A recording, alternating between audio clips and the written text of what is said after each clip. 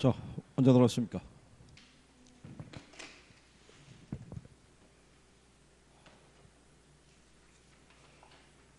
문제집은 오늘 받으셨나요? 미리 받으셨나요? 미리? 그럼 풀어봤겠네요. 저는 문제집을 오늘 받았기 때문에 진도표는 따로 작성해서 드리지는 못했는데 그냥 틈날 때마다 그냥 쭉 풀어보시면 돼요. 그죠? 예. 그럼 오늘 별지로 나눠드린 문제 있죠? 예, 그거는 답하고 해설이 없으니까 쉬는 시간에 다 풀어 놓으시면 돼요. 쉬는 시간에. 예. 맨 앞에 이제 보시면 총론이라고 되어 있고요.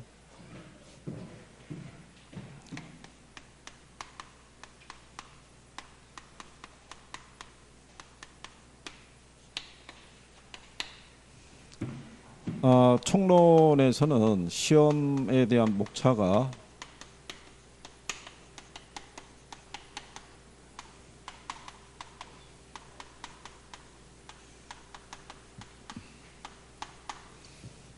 제목은 이제 이렇게 제시가 되어 있고요. 그래서 통상 한 세 문항, 많이 나면 한 네 문항, 뭐 이런 정도 이제 출제가 된다라고 생각하시면 돼 있고 여기서 나오면은 다 맞춰 주셔야 돼요. 예? 하나 틀리면은 안 되고. 예. 그리고 이제 7월이죠. 그렇죠? 예. 이달 18일이면은 100일 남는 거예요. 100일. 이달 18일이면 시간은 뭐 금방 가게 돼 있으니까 마무리들을 잘 하셔야 되고 7월 달하고 8월 달이 특히 중요한 게요. 7, 8월 달에 실력 배양이 안 이루어지면 9월 달 되면은 좌절하게 돼 있어요. 성적이 안 나오니까. 그러니까 이제 열심히 해야 돼요. 열심히. 이제는 여기에 올인해서 내용 정리를 확실하게 하셔야 되고 그리고 이론을 안다고 점수로 바로 직결되지는 않아요. 네, 보기는 많이 봤는데 문제를 막상 풀어보게 되면 답이 헷갈리거나 아니면 또 실수와 착각 뭐 이런 것들이 있어요. 그래서 내가 원하는 점수가 안 나올 수도 있는데 꼭 과정이라고 생각하시고 그래서 요때 정리 잘 하시고 자 우리 그 앞에 보면은 부동산학의 의의다라고 이제 이렇게 언급이 되어 있는데요. 자 맨 1번에 보시면 그게 부동산학의 이제 성격을 얘기를 하는데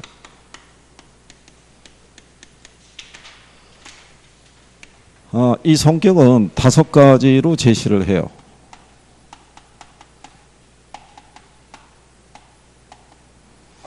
여기 이렇게 묶으면은 이게 사람 이름이 나올 수 있죠. 여자 이름 같고 남자 이름 같을 거 아니에요. 그러니까 남녀가 만나면은 뭐 하겠어요? 사랑한다고 생각하면 돼요. 그래서 이게 응용과학이고 경험과학이고 종합과학이고 규범과학이고 사회과학이다. 근데 이게 5가지는 요건 이제 제목에 대한 거고 제목을 물어본 선례는 없어요. 여러분 시험상에서는 이렇게 3가지 정도만 지문으로 활용을 한 거예요. 오랜만이네.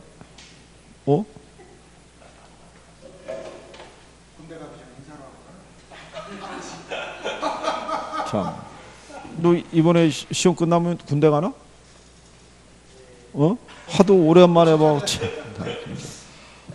성도 까먹었어. 성이 어떻게 돼? 성. 왜? 맞아. 그때 너도 김총각이었었지. 이래가지고. 그래 그동안에 잘 지냈어?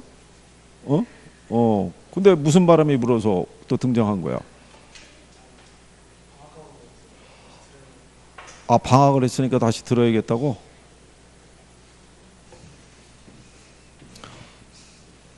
또 저기 뭐야 오늘 얼굴 잠깐 보여주고 귀한 모습 보여주고 내일 다음 주부터 또 안 나오는 거 아니야?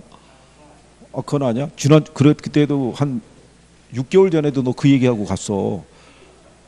여기서 자고 있다가 다음 주부터 졸지 말고 열심히 하니까 알았다고 그러고 난 다음에 소식이 끊겼다고. 참, 뭐 본인의 선택이니까. 근데 네 이번에 뭐라도 소개 성과 안 내. 너 근데 생각해봐. 너 올해 연말에 군대 가? 내년에? 그럼 너 내년 가기 전에 따놓고 가야 되네. 너 무조건 동차 다 하고 가야 돼. 뭔 얘기인지 알아? 너 1차만 합격한 다음에 군대 가면은 네가 그 안에서 2차로 어떻게 하겠어? 어? 그걸로 끝나는 거지. 어? 동차 열심히 해야 되지. 어? 이 부동산학의 성격에서요. 5가지로 제시할 수 있는데 시험에서 지문으로 활용한 거는 이거 3개예요. 이렇게. 네, 3개 활용했고 이게 응용과학이라고 돼 있는데 학문을 우리가 나누면은 순수과학하고 무슨 과학으로? 응용과학으로 나눌 수 있는데 부동산학은 순수과학은 아니라는 거예요. 그죠? 여러분들이 학창시절에 지구과학이라든가 우주과학 뭐 이런 거 배워봤죠? 그죠? 그러면 지구과학이다 뭐 이런 학문들은 순수하게 뭐를 탐구하는 거예요. 어떤 이제 토양이 있으면은 토양의 성분은 뭐로 이루어져 있고, 그죠? 뭐 산소라든가 아니면 뭐 질소라든가 철이라든가 이렇게 구성이 돼 있고 그런 성분 자체를 분석하는 것이 순수과학인 거예요. 학문적인 접근을. 근데 부동산학은 그렇게 순수하게 학문으로 접근한 것을 토대로 그것이 우리 인간 생활에 어떻게 영향을 줄 수 있는지를 분석한 거예요. 이 토양의 구성을 봤을 때는 사람이 살기에는 척박한 환경이 될 수 있죠. 사람이 살기 위해서는 우리가 작물을 재배해 가지고 먹거리를 수확해야 되는데 현재 이 토양을 가지고는 작물이 뿌리를 내리고 성장하기 어렵다 그러면 여기는 사람이 주거를 정하고 정착하기는 어려운 지역이다. 이렇게 현실 생활에 맞게끔 인정해 주는 게 무슨 과학이겠어요? 응용과학인 거예요. 그래서 부동산학은 순수과학은 아니고 무슨 과학이다? 응용과학이라고 생각하시면 돼요. 이게 시험에서 한번 틀리게 나온 거예요. 부동산학은 무슨 과학? 순수과학이다. 학문을 응용과학과 순수과학으로 나눴을 때 순수과학에 해당이 된다면 틀리는 거예요. 네, 그러니까 그거 하나 나온 거고. 그 다음에 부동산학은요.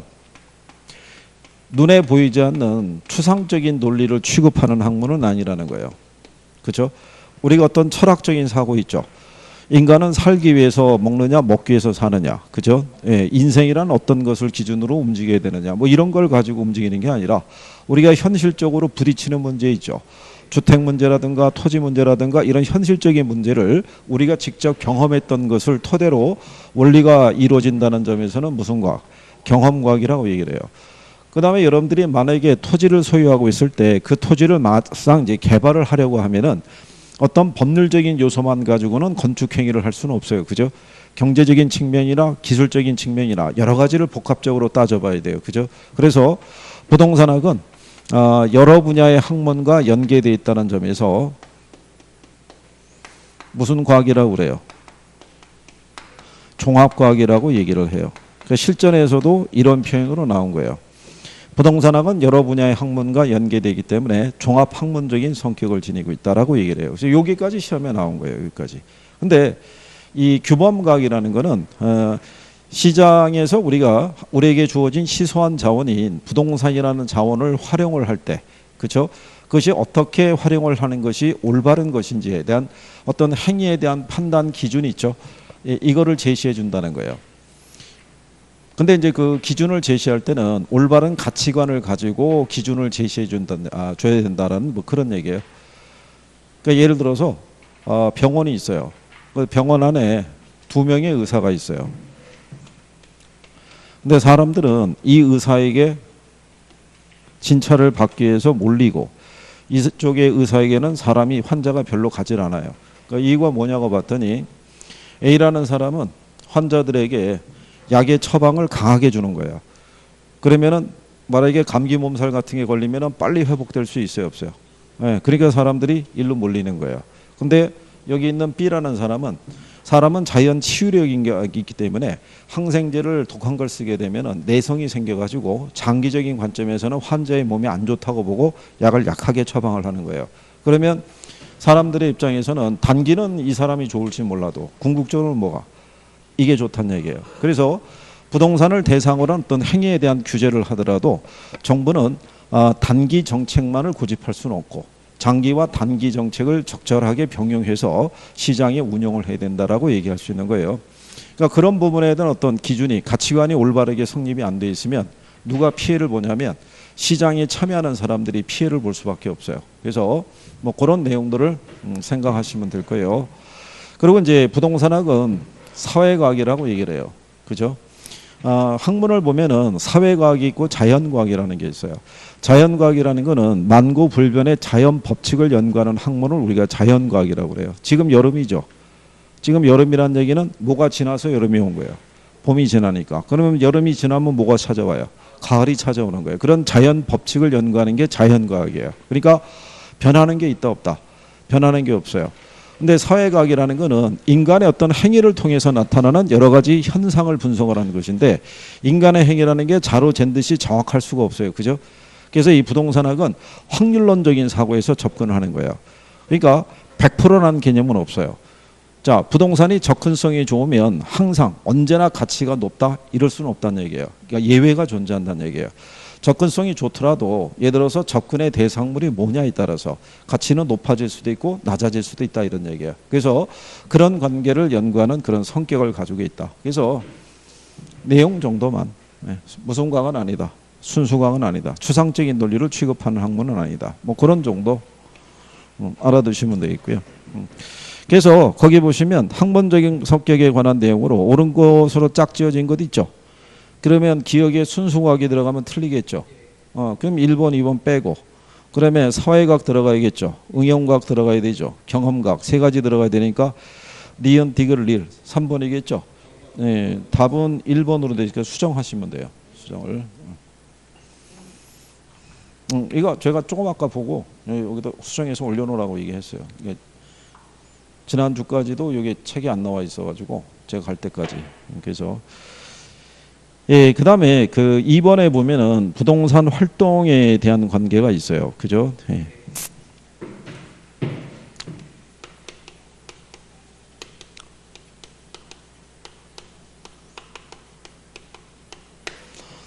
부동산 활동의 속성이라는 게 있어요. 속성. 그러니까 이 활동의 속성이라고 했을 때 부동산을 대상으로 자, 이용을 하거나 개발을 하거나 뭐 이런 어떤 여러 가지 행위를 할 때, 그죠?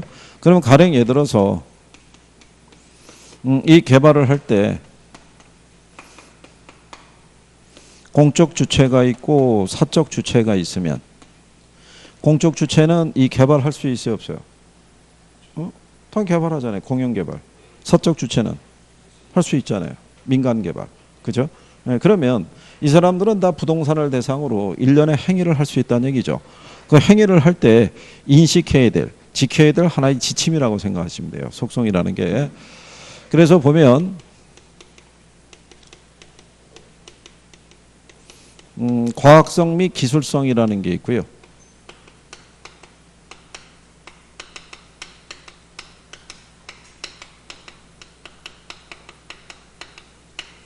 사회성, 공공성 및 사익성이라는 게 있고요. 전문성이라는 게 있고 윤리성이라는 게 있고 그 다음에 이제 정보 활동이라는 게 필요하고요. 그 다음에 대인 및 대물 활동이라고 얘기를 하고요.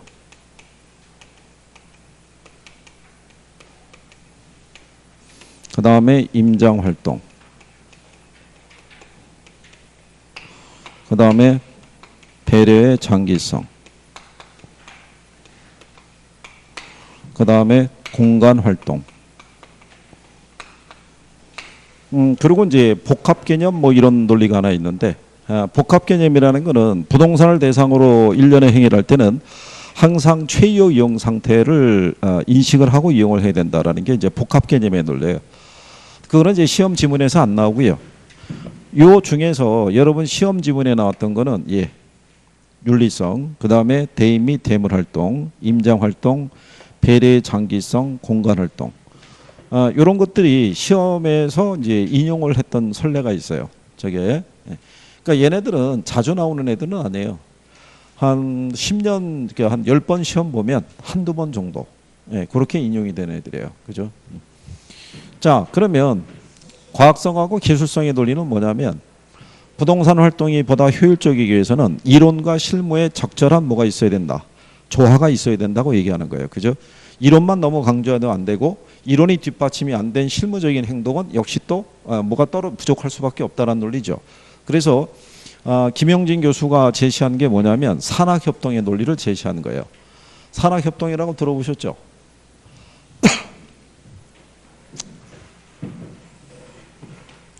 혹시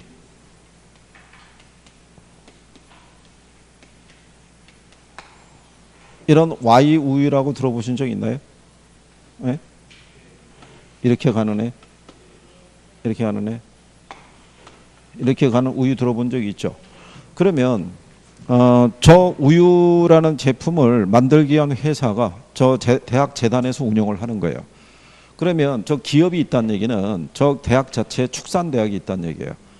그러면 학부에서 이 양질의 우유에 관련된 제품을 만들기 위해서 연구했던 학생들이 우리가 거기서 공부했던 내용을 기업에 취업을 해서 실제로 고객들이 만족할 만한 양질의 제품을 만들 수 있도록 연계가 된다 그러면 일반적인 제품보다는 훨씬 양질의 제품을 만들어낼 수도 있을 거 아니에요. 그죠? 그래서 그런 식의 연계가 필요하다는 거예요. 그게. 그랬을 때 보다 부동산을 대상으로 하는 일련의 행위가 보다 효율적일 수 있다라고 얘기할 수 있죠. 그러니까 예를 들어서 부동산 학과라는 게 이제 학부에 돼 있거나 아니면 대학원에 설치가 돼 있는 대학에서는 부동산 개발 회사라든가 또는 신탁 회사라든가 이런 거를 운영을 하게 되면은 자연스럽게 연결될 수 있어요, 없어요? 그런 과정을 얘기하는 거예요. 그러니까 둘 중에 어느 게 더 중요하다 그러면 틀리는 거예요. 양쪽을 다 중시해야 된다. 그래서 여러분 시험에서도 지문으로 한 번은 활용한 적이 있어요. 부동산학이라는 거는 이론에 중점을 두고 있으니까 기술성보다는 과학성이 중시된다면 틀리는 거예요. 양자가 다 중시돼야 된다. 그 다음에 부동산은 사회성과 공공성이 있는 재화예요. 그죠? 자, 일반적으로 특정한 지역의 부동산 거래에 따른 가격의 변화가 그 지역에만 영향을 주는 게 아니죠. 그게 주변으로 확산될 수 있어요, 없어요? 우리가 이제에서 부동산 가격의 진원지라는 게 강남의 뭐 대치동의 무슨 아파트 단지에서 거래 가격이 그게 주변으로 확산되면서 수도권으로 영향을 준다 뭐 이런 거예요. 그죠? 그러니까 부동산이라는 건 이만큼 개인 간의 거래에 국한되는 게 아니라 사회 전반에 미치는 영향이 커요. 그래서 사회성과 공공성이 있는 재화라고 얘기하는 거죠. 그래서 개인의 소유권이라도 그 행위를 제한할 수 있다 없다. 제한을 하죠. 그래서 권리를 침해하게 되는 부분이 있으면 적절한 또 보상이 있어야 된다는 거예요. 그래서 사회성, 공공성 및 사익성은 공사익의 조화를 얘기를 해요. 그죠? 자, 그럴 때 얘가 사회성과 공공성이 있는 재화니까 일반인들에 의해서 취급되고 다뤄지기에는 문제가 있다고 보고 자격제도를 도입한 거예요. 그래서 공인중개사제도, 간평사제도 이런 걸 도입한 거예요. 그러면 우리는 간평사에 의한 평가라든가 중개사에 의한 중개에는 우리가 신뢰를 보내죠. 그렇잖아요. 그러니까 우리는 그 사람들에게 뭐를 요구할 수밖에 없어요. 직업윤리를 요구할 수밖에 없는 거예요. 그래서 이 직업윤리를 보게 되면 고용윤리라는 게 있고요. 조직윤리라는 게 있고 서비스윤리라는 게 있고 공중윤리라는 게 있어요. 요 중에 여러분 시험에서 인용이 됐던 거는 조직윤리하고 공중윤리 있죠. 요게 이제 지문으로 활용한 거예요. 조직윤리라는 건 뭐 얘기하냐면 동업자 정신이에요. 중개업자 간에도 기본적으로 윤리의식을 가지고 있어야 된다는 거예요. 그죠?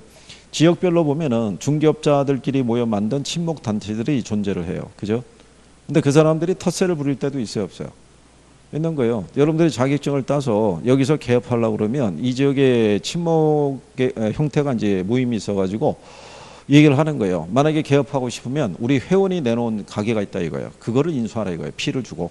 그거를 인수하지 않으면 공동중개에서 배제하겠다. 뭐 이런 식으로 압박을 가할 수도 있는 거예요. 지금 보면은 중개업소들이 일요일 날 영업 안 하죠. 그거는 법으로 정해준 게 아니라 자체 내기예요. 자기들끼리. 그래서 일요일 날 혹시 문 열고 영업한 만약에 회원이 있다 그러면 벌금 물리는 거예요. 한 500 뭐 이런 식으로. 그죠? 그러니까 그래서 이제 우리가 그런 관계에서 중개업자 간에도 이제 지켜야 될 도리, 윤리적인 부분이 필요하다고 얘기하는 거고요. 공중윤리라는 건 뭐 얘기하냐면 부동산 거래 활동에 참여하는 사람들이 있죠. 거래 활동에 참여하는 사람들은 매도자하고 매수하고 또 누가 있겠어요? 중개업자 또는 평가업자. 평가업자도 중요해요. 물건의 가치를 어느 정도의 가치로 평가해 주냐에 따라서 담보물의 가치가 달라지게 돼 있어요. 그래서 잘못해서 무리한 대출이 발생하게 되면 나중에 은행 입장에서는 부실 채권을 떠안는 문제가 발생할 수밖에 없어요. 그죠? 그러니까 이 공중윤리라는 거는 부동산 거래 활동에 참여하는 사람들은 매도자, 매수자뿐만이 아니라 거기에 관계된 모든 사람들은 기본적인 윤리의식을 갖고 있어야 된다는 거예요. 그게 공중윤리라고 보시면 돼요. 그리고 부동산이라는 거는 시장이 고도로 국지화되어 있기 때문에 항상 뭐가 필요해요? 정보라는 게 필요하고 그 다음에 우리가 이 부동산 거래의 대상이 있죠. 토지가 있고 건물이 있잖아요. 그죠? 얘네 시장에서 거래되면은 뭐가 움직이겠어요? 얘네 움직여요? 못 움직여요? 못 움직이죠. 거래의 이 주체는 누가 되냐면 사람이에요. 그죠? 근데 얘네는 움직이지 못하기 때문에 대물 활동의 연장선상에서 무슨 활동을 필요로 한다? 예, 임장 활동을 필요로 해요. 임장 활동이라는 건 현장 조사 확인하는 거죠. 우리가 집 보러 다니고 땅 보러 다니는 거. 그죠? 예. 그래서 이런 행위를 필요로 한다는 거. 이게 시험에 한번 나온 거고. 수명이 오래도록 유지되는 재화이기 때문에 현재보다는 미래 있죠.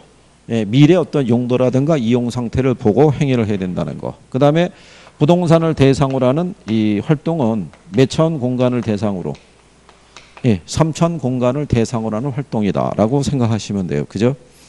그래서 거기 2번 문제 2번 지문에 보면 부동산 활동은 대물 활동인 동시에 무슨 활동이다? 대인 활동이다라고 명시를 한 거예요. 그죠? 근데 거기 보시면은 5번 지문에 부동산학의 3대 측면이라고 돼 있죠.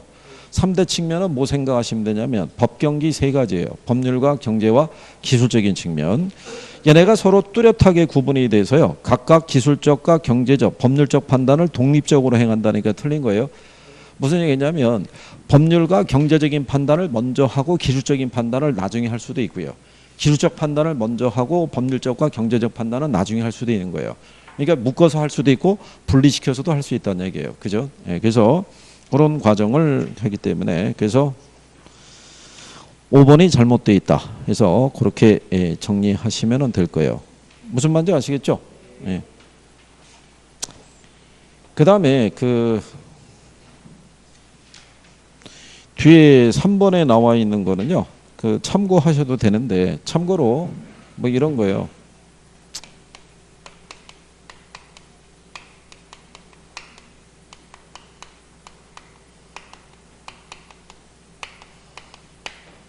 이 부동산학의 접근 방법이라는 건 뭐냐면요.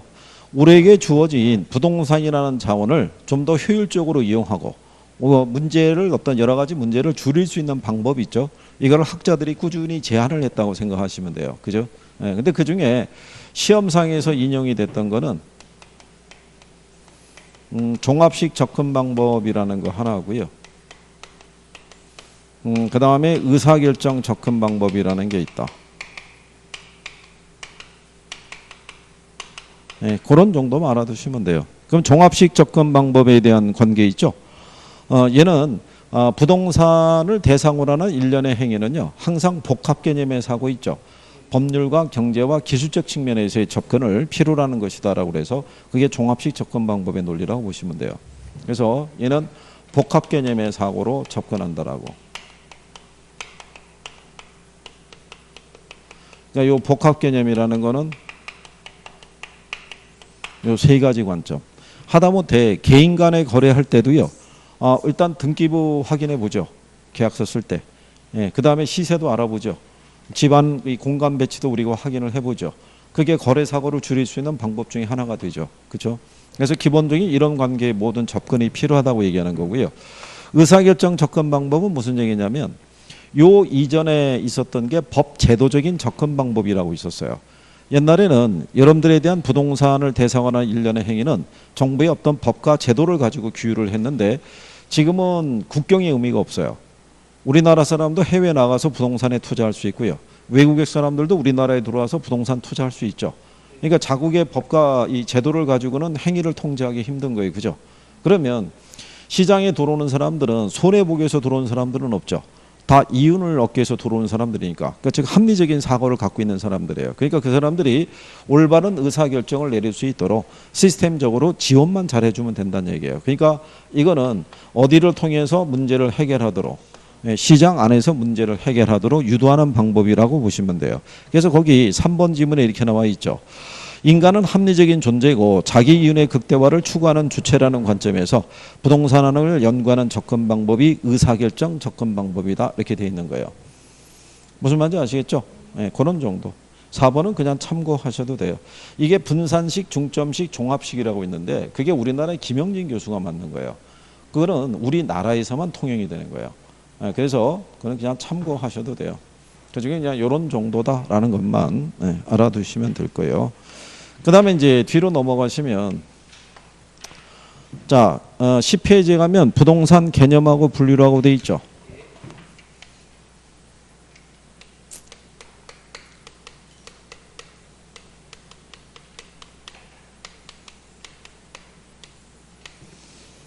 자, 부동산 개념 그러면 우리는 몇 가지로 분류할 수 있어요? 부동산 개념 그러면 몇 가지로? 몇 가지로?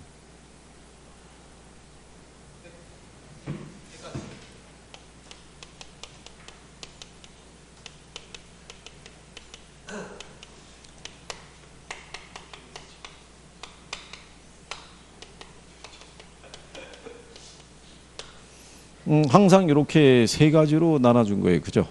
그럴 때 위에 거 두 가지 있죠? 얘네 뭐만 정리하면 된다 그랬어요?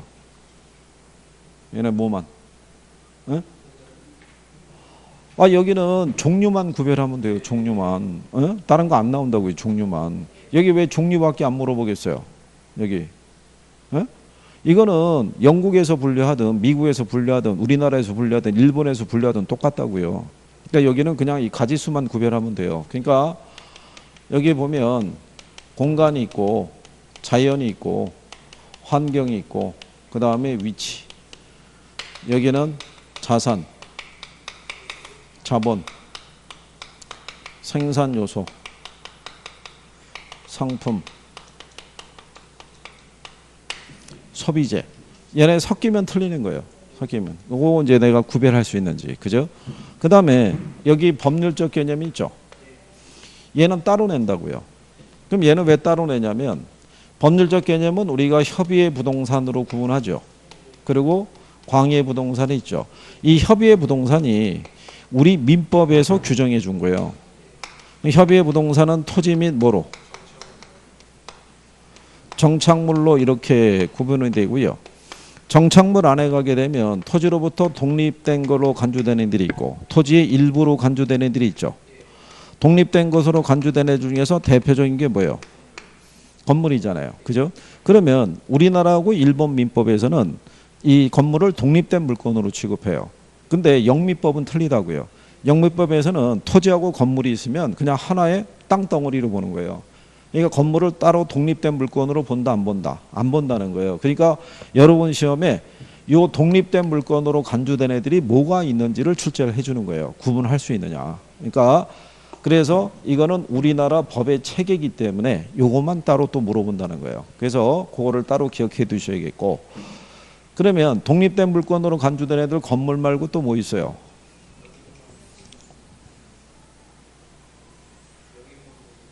이게 대답이 좀 잘 나와야 선생님이 안 쓰고 이게 그냥 툭툭툭 넘어갈 거 아니겠어요? 매번 써야 되잖아요. 그죠? 이거 그죠? 그러면 이게 느리느리 간다고요. 그죠? 이게 그냥 대답이 탁탁탁 나와서 그렇잖아요. 그러잖아 저쪽에 오래간만에 등장한 김총각은 견딜만해? 견딜만해? 쉽지 않을 텐데. 지금 후회가 막 밀려오지. 왜 오늘 왔을까? 그렇지 이번 주 쉬고 월요일부터 나올 걸. 너 어제는 나왔었어? 어제도? 이번 주 내내 나오고 있는 거야? 수요일부터? 그래? 야 그러면서 7월 1일이 월요일 아니야? 1일이. 그러면 너 2, 3, 4 오늘이 5일인가요? 그럼 너 이날부터 나왔다는 거야? 이날은 왜 안 나왔고? 여기는 7월 1일인데. 아, 놀러 갔다가 할 건 다 하고 나왔네. 그럼 이제 열심히 하겠다고 그랬으면 이게 다시 마음을 굳힌 이유가 방학을 했기 때문에 나왔다는 거야? 아니면 진짜 자격증을 따고 싶어서 나온 거야? 따겠다고 생각을 해가지고 그럴 줄 알았으면 앞전에 놀지 않고 열심히 다녔을 거 그런 생각이 조금 들 때도 있을 거야. 그랬으면 지금쯤이면 얼마나 좋았겠어, 그지? 하긴 뭐 안 나오나 뭐. 자, 열심히 해야 돼. 그래도 집중해서. 이거 무슨 말인지 알겠어? 여기 위에 거 개념을 부동산에 대한 개념을 지금은 시대나 환경이 달라졌기 때문에 조금 더 어떻게 돼? 넓은 의미로 이렇게 세 가지 관점에서 접근하는 거예요. 옛날에는 가만히 생각해 보세요. 언론에서도 부동산을 따로 취급하지 않았다고요. 근데 지금은 신문을 보게 되면 섹션이 부동산에 관련된 섹션이 따로 있어요, 없어요? 면을 따로 차지한다고요. 인터넷 포털 사이트를 들어가도 부동산에 관련된 제목이 별도의 제목을 달고 소개가 되고 있는 거예요. 그만큼 부동산을 인식하는 개념이 다양해졌다는 얘기예요. 그러니까 접근을 할 때 예전같이 단순히 법률적인 관계가 아니라 경제적 기술적인 측면으로 지금 확대되고 있다 이렇게 보시면 돼요. 근데 우리는 실전이니까 여기 세세한 것까지는 몰라도 되지만 종류 정도는 구별 정도 해주시면은 여기 맞출 수 있고, 그죠? 여기는 법제상의 논리이기 때문에 우리 민법에서는 이렇게 규정하고 있다는 얘기죠. 그러니까 독립부담 물건으로 취급하는 애들이 건물 말고 임목에 관한 법률에서 소유권 보존 등기된 임목이 있죠. 또는 명림 방법을 갖춘 수목의 집단이 있죠. 자, 권원에 의해서 타인의 토지에서 재배되고 있는 농작물이 있죠. 이런 애들은 다 독립된 물건으로 취급한다라고 설명해 준 거예요. 그런 것 등은 기억을 다 해주셔야 되는 거예요. 무슨 말인지 이해하시겠어요? 예. 자, 그 다음에 넓은 의미에서는요, 우리가 협의의 부동산에다가 무슨 부동산? 예, 준 또는 의제 부동산이에요. 그죠? 근데 이 준 또는 의제 부동산을 다른 말로 얘기하면 특수한 동산이에요. 그러니까 얘들은 동산인데 여기 있는 협의의 부동산이 있죠. 토지 및 여기 있는 건물 등과 같이 담보물로서의 가치를 부여하기 위해서 개별법에 의해서 별도의 등기 또는 등록에 대한 공시수단을 갖추게 해주는 거예요. 그러니까 재단을 구성하게 되는 것도 다 담보물로서의 가치를 부여하기 위해서 명칭을 부여한 거예요. 그러니까 여기 있는 애들이 만약에 지문에 나오면서 특수한 동산을 지칭한다면 맞는 표현이다 이렇게 생각하시면 돼요. 원래 여기 준이라는 의미는 뒤에 있는 부동산이 아니라는 거예요. 뒤에가. 무슨 말인지 아시겠죠? 그래서 여러분들이 준지대라고 배우셨죠? 네, 준지대라는 건 지대가 아니라는 거예요. 근데 지대에 준해서 우리가 취급하겠다 이런 논리하고 똑같은 거예요. 이해하시겠죠? 네, 그래서 이렇게 구성이 되어 있다는 것 정도는 정리할 수 있으셔야 돼요. 그죠? 자, 그랬을 때 거기 보시면 1번에 부동산 개념에 관한 설명 중에서 틀린 걸 물어봤을 때 1번 지문에 보면 토지의 정착물은 건물 명인 방법을 갖춘 수목 등 독립 정착물과 축대, 도로, 교량, 수목 등 종속 정착물로 구분할 수 있다라고 얘기를 해요. 그리고 2번 지문에 가면 명인 방법을 갖춘 수목이 독립 정착물이라는 것은 토지와 독립해서 거래 객체가 될 수 있다라고 표현하는 거죠. 그냥 명확하게 인식할 수 있는 방법에 의해서 소유관계가 구별이 되는 거예요. 그죠? 근데 거기 보시면 틀린 게 이제 4번을 준 거죠. 그래서 경제적 측면에 중점을 두는 부동산학에서는 유형적 측면의 부동산인 기술적 개념의 부동산은 고려 대상이 될 수 없다니까 틀리겠죠. 얘를 다 감안을 다 해야 돼요. 만약에 예를 들어서 리조트를 하나 건설을 해야 돼요. 그 리조트라는 건 아무래도 자연적인 경관하고 잘 어우러지게 배치를 했었을 때 더 많은 수익을 낼 수 있잖아요. 그죠? 근데 그러기 위해서는 리조트 건설할 때 기둥이 개펄에 박혀야 돼요. 근데 개펄이라는 게 집안이 연약하잖아요. 그러면 이 건축 공법에 따라서 이거를 할 수 있느냐, 거기에 따라 성패가 좌우될 수도 있는 거예요. 그러니까 부동산을 대상으로 일련의 행위를 할 때는 어느 한 측면을 갖고 중시할 수는 없어요. 그러니까 세 가지의 관점에서 다 접근이 이루어져야 된다. 이렇게 정리하시면 될 거예요. 무슨 말인지 아시겠죠? 그 다음에 거기 2번 문제가 보시면 답은 뭐 볼 건 없는데 2번 지문에 이렇게 있어요. 준부동산은 민법 위의 법적인 개념으로서 민법상 부동산과 동산의 집합물이 준부동산이 되기도 하고 민법상 동산이 준부동산이 되기도 하더라 이런 얘기예요. 그러니까 여기서 나와 있는 준부동산이라는 건 특수한 동산이라고요. 무슨 말인지 아시겠나요? 자동차 움직여요, 안 움직여요? 움직이잖아요. 근데 걔도 뭐가 있어요? 자동차 등록 원부라고 있잖아요. 그죠? 거의 자동차 등록 다 시키잖아요. 그럼 걔도 담보물로서의 가치가 있어요, 없어요? 같이 다 있죠. 그래서 그런 내용이다라고 보시면 되겠고요. 그 다음에 4번 지문에 보면 부동산 거래 활동이나 평가 활동 등에 있어서는 토지와 건물이 함께 그 대상이 되는 경우도 있는데 이를 우리가 복합 부동산이라고 얘기하죠. 그러니까 토지와 건물이 결합되어 있는 상태니까 우리가 건부지라고도 얘기할 수 있는 거예요. 그죠? 그러면 우리는 지금 이 논리에 따라서 토지 따로 등기하고 모두 따로 등기해요. 건물도 따로 등기하죠. 근데 얘네 거래할 때는 일체로 취급하잖아요. 그 상태에 있는 부동산을 무슨 부동산? 복합 부동산. 5번과 같은 거는 뭐 참고하시면 되고요. 기술적인 측면이 예를 들어서 유형적이면 법률과 경제는 무형적인 측면인데 그거 바꿨다 이런 얘기죠. 그 다음에 뒷장으로 넘어가시게 되면은 문제 3번이 있어요. 부동산 개념에 관한 설명으로 틀린 것을 물어봤을 때요. 자, 정착물 중에는 토지와는 독립된 부동산으로 취급되는 것이 있는가 하면 토지의 일부로 취급되는 것도 있으며 판잣집, 가시개, 수목이 있죠. 가시기라는 거는 임시적으로 심어놓은 나무 있죠. 예, 그거 얘기하는 거예요. 완전한 정착물이 아니지만 부동산으로 분류한다면 틀리죠. 그죠? 가식 중인 수목 이런 애들은 뭐로 보는 거예요? 정착물로 보지는 않는 거예요. 그죠? 예. 그러면 지난번에 여러분들에게 이렇게 한번 물어봤던 거예요. 그죠?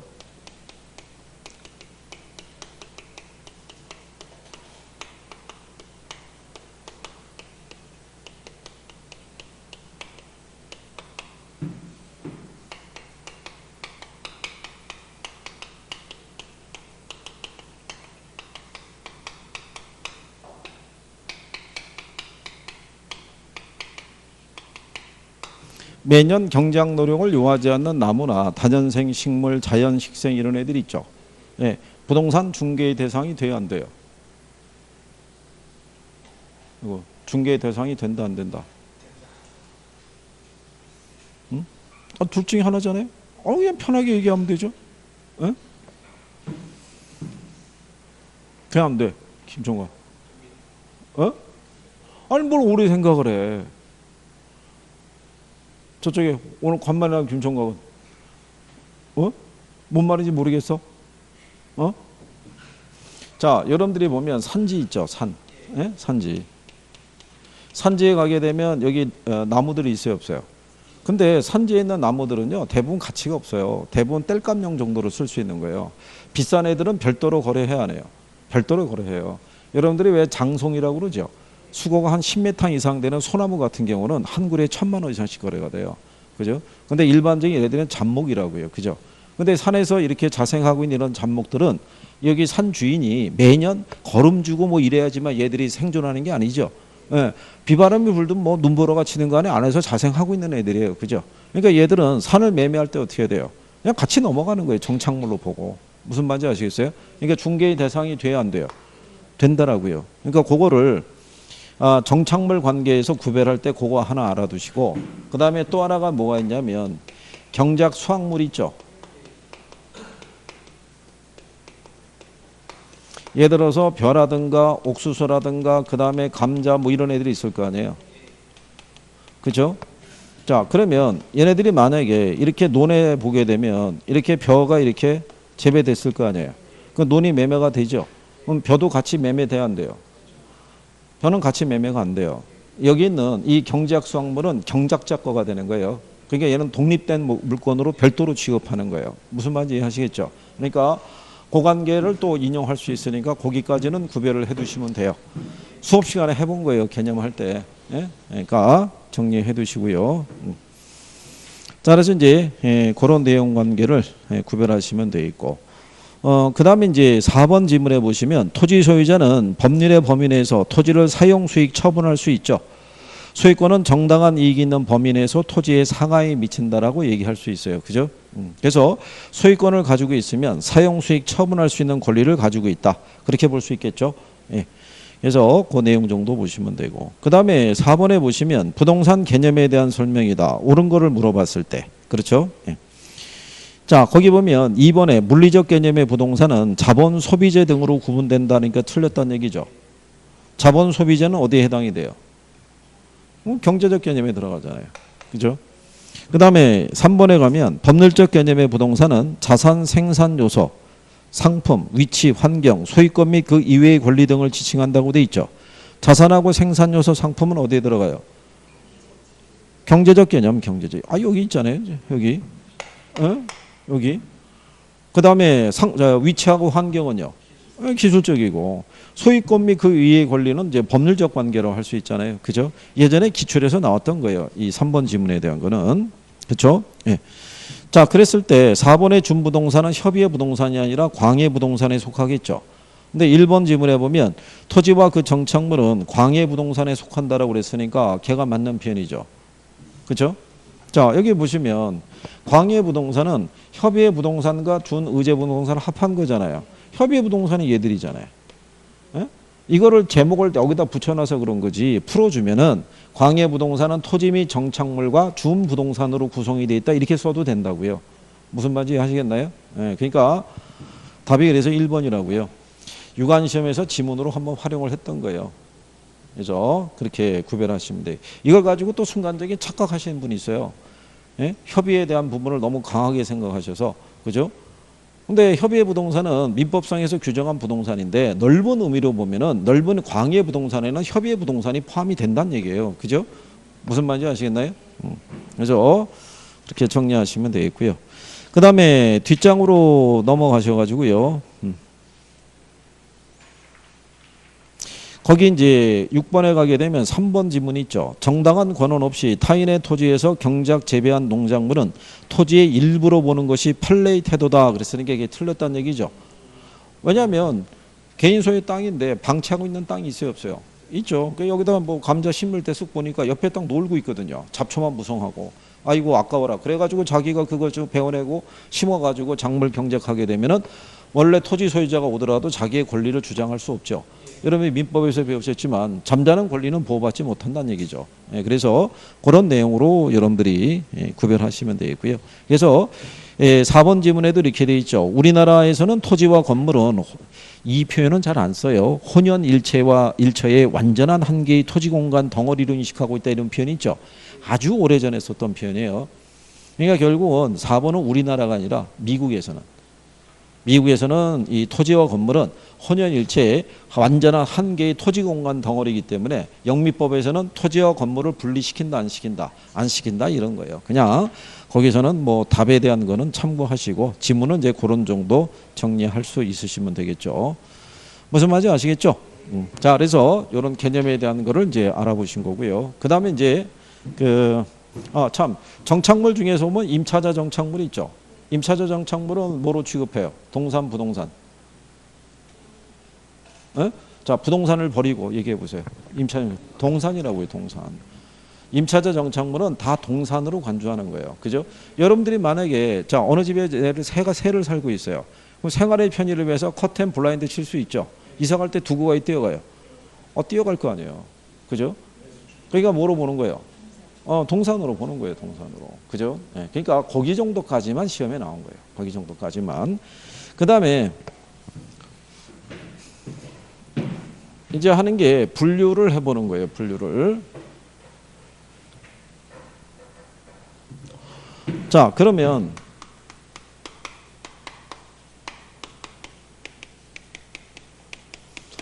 부동산 분류를 보면요. 토지의 분류가 있고요. 주택의 분류가 있어요. 그죠? 자, 그러면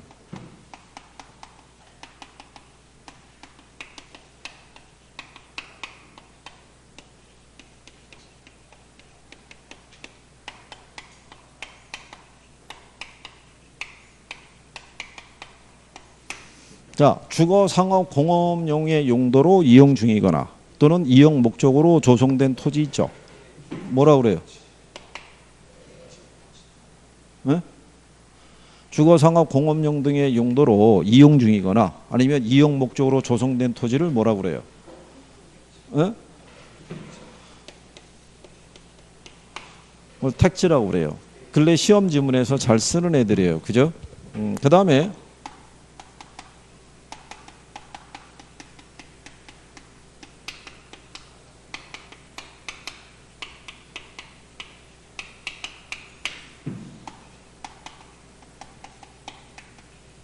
하천, 부지 등의 바닥 토지로 제공되고 있는 토지고요. 포괄적인 개념을 갖고 있는 애를 뭐라고 그랬어요? 부지. 이 부자가 바닥 부자예요. 바닥. 무슨 말인지 아시죠? 얘가 왜 포괄적이냐면 건축 용어로만 쓰는 게 아니라, 그죠? 건축이 제한되는 용도로 쓰이는 게 부지다. 이런 얘기예요. 그죠? 그 다음에 후보지하고 뭐 배웠어요? 예, 이행지 배운 거예요. 그렇죠? 후보지는 용도, 지역 간에. 얘는 용도, 예, 지역 내에서. 그렇죠? 만약에 예를 들어서 도로 이면에 있던 주택지가 도로 전면으로 나오게 되면서 상업지로 이렇게 용도가 변경되어 있죠. 걔는 후보지라고 그러겠어요? 이행지라고 그러겠어요? 어?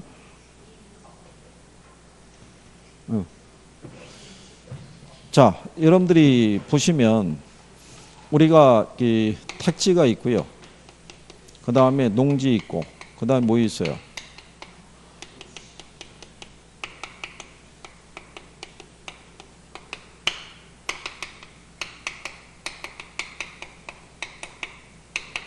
여기는 인용할 일은 없을 거고요. 그러면 자, 이 안에서 이렇게 변하는 애들이 있죠. 예? 이렇게. 이 안에서 이렇게 변하죠. 그러면 뭐예요? 그 이행지인 거예요. 무슨 말인지 아시겠어요? 원래 애가 그 공장 용지로 쓰고 있었는데 요즘 경기가 안 좋아서 공장 가동률이 떨어지는 거예요. 그래서 뭐로?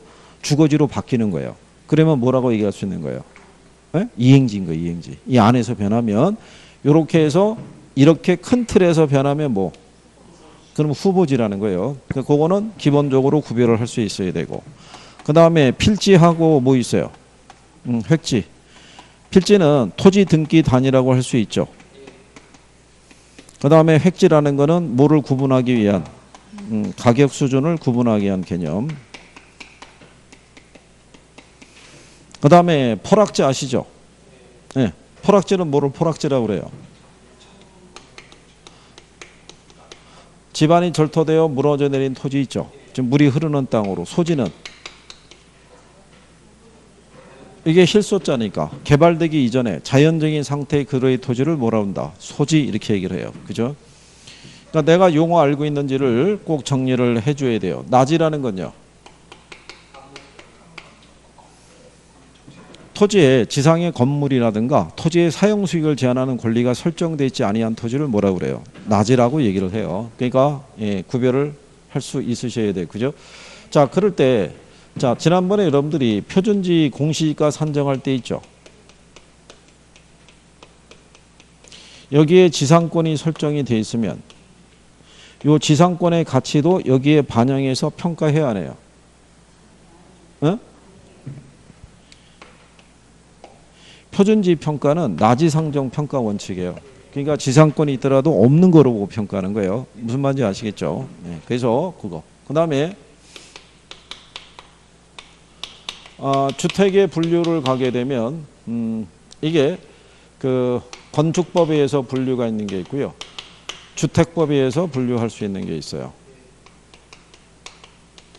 건축법에 가게 되면 단독주택이 있고 무슨 주택? 공동주택. 그럼 여기 단독주택이 있고 다중이 있고 그 다음에 뭐가 있어요? 다가구. 공동주택은 연립주택이 있고요. 다세대 있고 그 다음에 아파트 있고 뭐 이렇게 돼 있을 때 그죠? 일단 단독하고 단독 있고 이제 다중이 있을 때 다중은 뭐 얘기해요? 이제 고시원 생각하시면 되고 다가구는 원룸 생각하면 돼요. 그죠? 얘네들은 계층 있죠. 얘는 몇 계층? 자, 얘 면적이 얼마? 그러니까 얘가 중이잖아요. 얘가 330이고 그 다음에 3계층이죠. 예, 그러니까는 이거 묶으면 중3 나와요. 중학교 3학년 있죠. 질풍노도의 시기를 겪고 있는 애들. 그러니까 그렇게 가는 거예요. 무슨 말인지 아시겠죠? 다가구는 얘 2배 정도라고 보시면 되고 계층만. 그 다음에 여기 보면 연이 있고 여기 세대가 있죠. 묶으면은 대학 나온다고 그랬죠. 이게 이제 공동주택에 들어가고 연립하고 다세대를 구분하는 기준은 뭐예요? 계층은 둘 다 4계층이에요. 4계층 이하고 여기는 그럼 얘는 660평방미터를 뭐 해요? 초과하죠. 이거 보면은 연초라고 그러죠. 연초가 담배의 옛날 표현이 연초예요. 연초. 그러니까 연립주택은 초과하는 거예요. 초과. 무슨 말인지 이해하시겠죠? 네. 그 다음에 주택법을 가게 되면은 준주택이 있죠. 그 다음에 도시형 생활주택이 있죠.